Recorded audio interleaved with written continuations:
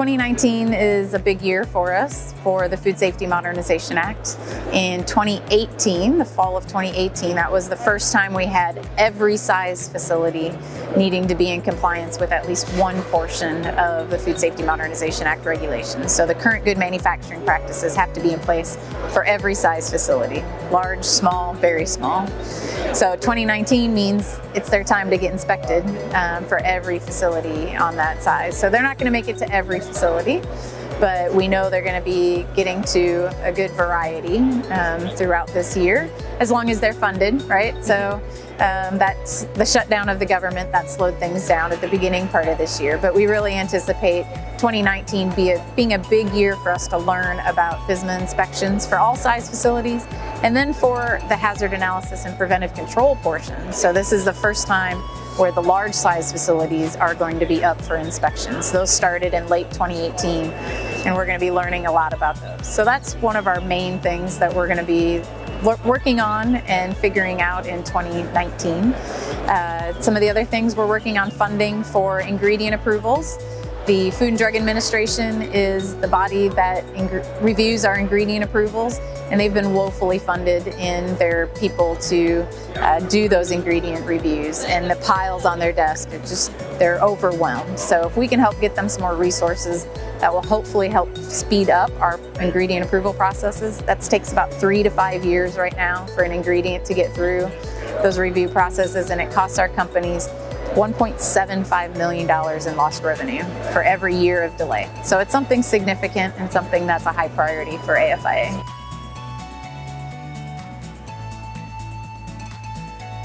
Current good manufacturing inspections have been going on. As I mentioned, now every facility size will be eligible for those. What we've seen is the inspectors are in there for that inspection about a day and a half.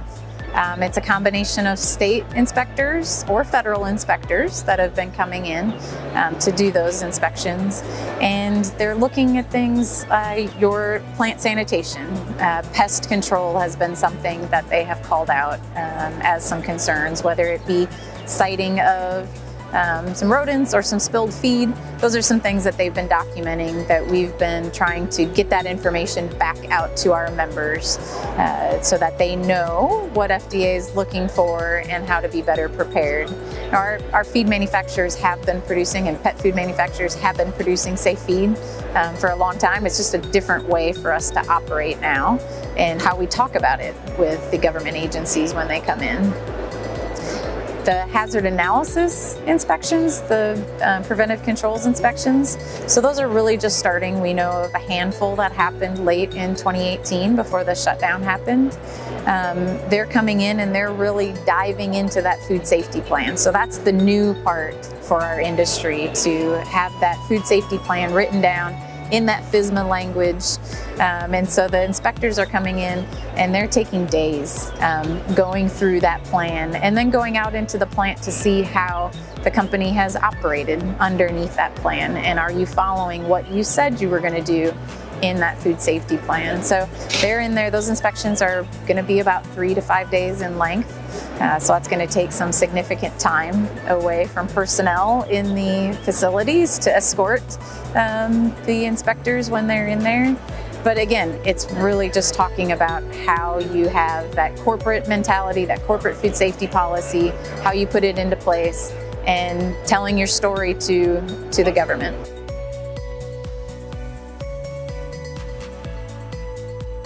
So African swine fever is a virus that affects pigs, and it's something that we have not had here in the United States. It originated in Africa, hence it's African swine fever. But what really became a concern to the pork industry is when it spread outside of Africa and got into Eastern Europe, and then late into 2018 when it came into China. We do a lot of trade and a lot of people movement with both Europe and China, and therefore that could be another potential route for the virus to come here into our U.S. swine herd. There's been an economic impact analysis by Dermot Hayes out of Iowa State University that showed it would be an $8 billion hit to our pork industry if the virus would come here. It's it's lethal. The animals, they'll die if they get the virus. And so it's something that would have a big impact. The feed industry, we've become involved in the discussions on this virus because there's been some research that has looked at potential pathways for introduction. And there was some research that looked at different feed ingredients, different viruses, and would they survive transport if we were importing them from foreign countries. And African swine fever was one of the viruses that they looked at. And there is a potential, if those ingredients could be contaminated, that the virus could survive transport. So we've been working with our feed mills so that they know their suppliers, where these ingredients are coming from, what kind of biosecurity practices they have in place in those countries. We've been communicating with the pork industry about the way our ingredients are manufactured over in those countries, why we have to import certain ingredients from certain countries. We cannot source some vitamins elsewhere, so we have to import them. And then, what can we do here in the United States to better be good stewards of the biosecurity of our facilities, right? So what are we supplying in, and then how do we not prevent or not spread diseases when we're transporting feed or feed ingredients across the country?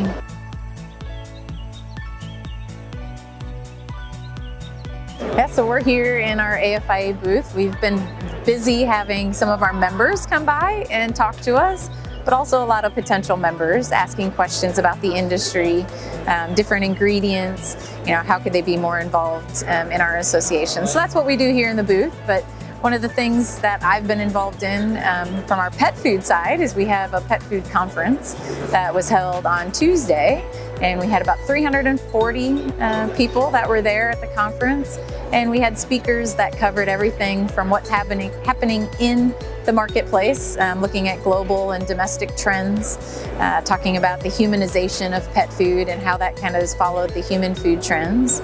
We talked about trade policy. Gina Tamburello from AFIA was there to talk about trade policy and ratification of the US-Mexico-Canada agreement, what we need to get done there.